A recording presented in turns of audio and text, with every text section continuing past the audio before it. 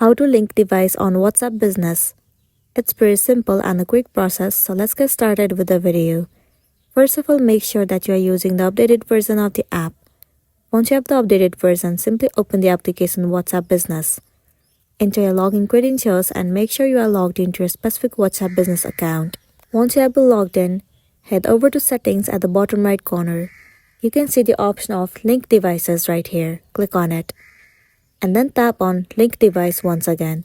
You can link up to 4 devices to your WhatsApp Business account and name each device. Click on OK and then tap on Allow. Scan your Face ID. Now you can scan this QR code with the help of another device, or you can choose Link with phone number instead at the bottom of the screen. Now for you to get the code, you have to go to WhatsApp on the web or another device, then click Link with phone number. After that, the code will be received. Paste the code in this page and then you will be good to go.